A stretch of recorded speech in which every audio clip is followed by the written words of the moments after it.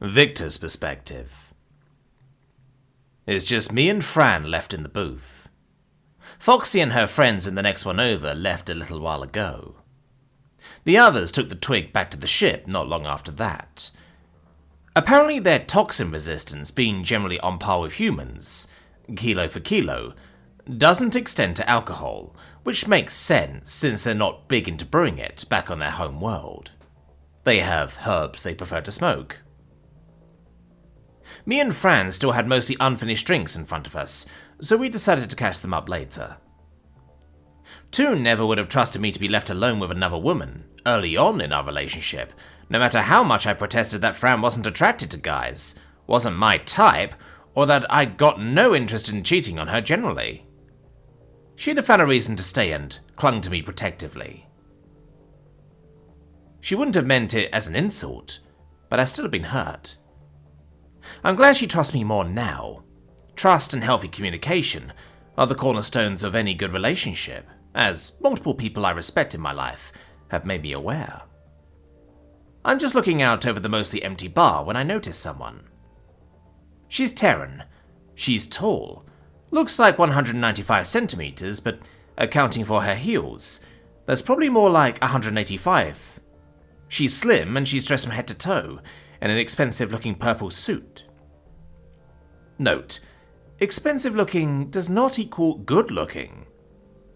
Her clothes are definitely stylish, in the sense that they have a very distinct style, and they don't deviate from that theme at all, but I can't say they're my cup of tea.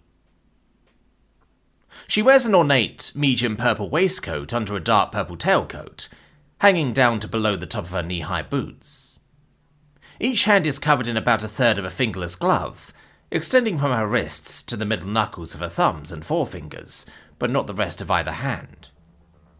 On her head she wears a wide, dark purple sun hat, kinda like Alkanat's black one, despite the fact that she's indoors and it's the middle of the night, the streets outside only bathed in the twilight glow of a galactic core starfield. Everything about her top-of-the-line outfit shouts gaudy and pretentious. That's not the only thing that's off-putting about this woman, though.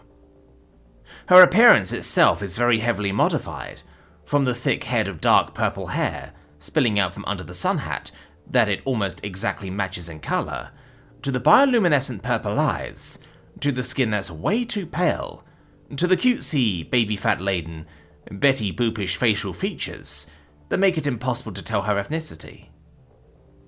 Her appearance kinda suggests her gene therapist either did a botched job or knew how uncanny she'd look, and either chose not to warn her, or warned her and was ignored. Well, I'm not the fashion police, and I'm not the gene therapy police. Given the absurd amount of effort and money it must have taken to get herself to look like that, I think it's a fairly safe assumption that it was intentional. So long as she's happy, that's all that matters. Definitely not gonna go over there and give her unsolicited criticism on any of it. Just then, the barman places a cocktail that's an absolute rainbow of purple hues down in front of her. She's clearly got an enormous amount of commitment to the purple theme. In one motion, she takes it and turns her back to the bar, raising the glass to her purple lips for a sip, which she doesn't take, because at that moment, she notices me looking at her and gives me a smile, exposing a mouthful of teeth that are just a little bit too white and have long protruding canines that make her look like a vampire. I look away awkwardly. In my periphery, I see her start making her way over to us. Shit. Shit. Okay, Victor. Just very quickly and very firmly let her know you've got a partner. You don't need to mention how the answer's still be no, even if you were single. You don't need to tell her that, even though tall and slim is normally your type. Those are the only two boxes she ticks. Just smile and let her know you've got a fiancé. Maybe she'll assume you're talking about Fran. You don't need to correct her unless she asks. If I volunteer Fran not be my fiancé, she might think I'm Polly. As she draws near, there's a fraction of a second where I think I hear a little buzzing crackle like you get at a nanoforge, but it's over so quickly that I decide I must have imagined it. The ostentatiously dressed woman sits down on the opposite side of the table from me, positively beaming from me to Fran, and asks, "I apologize if this is strange to ask, but you two wouldn't happen to be Victor Cuddles Taylor and Fran Gimli Hunter, would you?" In a breathy half-whisper, speaking flawlessly perfect and unaccented English that nonetheless makes me suspect it's not her first language. That's us," I answer, a little thrown by the unexpected recognition. "Oh, I'm so glad." She grins, showing off those fangs. "It would be lovely enough just to see Terran faces this far out from the UTC, but also finding two people that I'm such a huge fan of. It's a dream come true." This woman really doesn't give off the vibe of someone who'd be a fan of either me or Fran. Like, obviously people don't have to exclusively like things you'd expect them to, but this slender little fashionista being a fan of a bodybuilder and an adventuring security officer? I'm not exactly going to call her a liar over it, though. I mean, she might be exaggerating how much of a fan she is, to flatter us, but she knows us well enough to recognize and name us at least. I clear my throat to say, "I'm afraid you've got us at a disadvantage, Miss Cersei, darling. Cersei Murad Stoker." She smiles with what should feel like an effortless charm, but some part of my subconscious is letting me know is artificial. "Cersei? Like Lannister?" I ask, naming a villainess of an old book series that the author unfortunately never finished before he died. She gives an outwardly mirthful purse of her lips and smirks.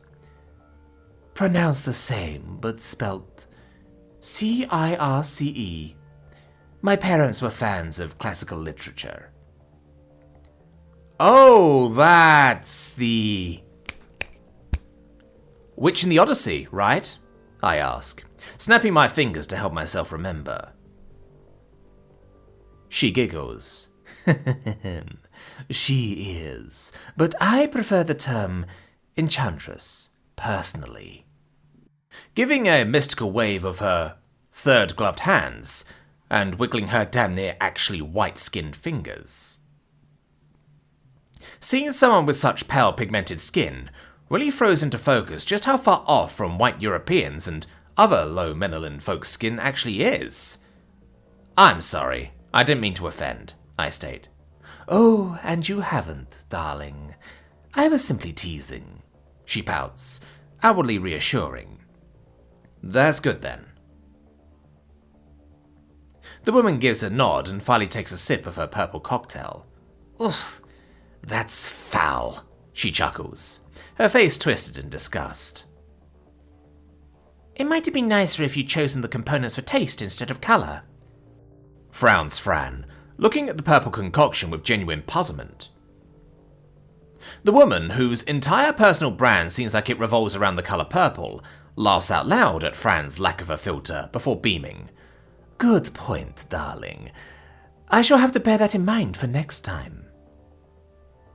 Then she leans forward over the table and, her tone even more harsh than before, asks, "So, what brings you two all the way out to this corner of the galaxy?"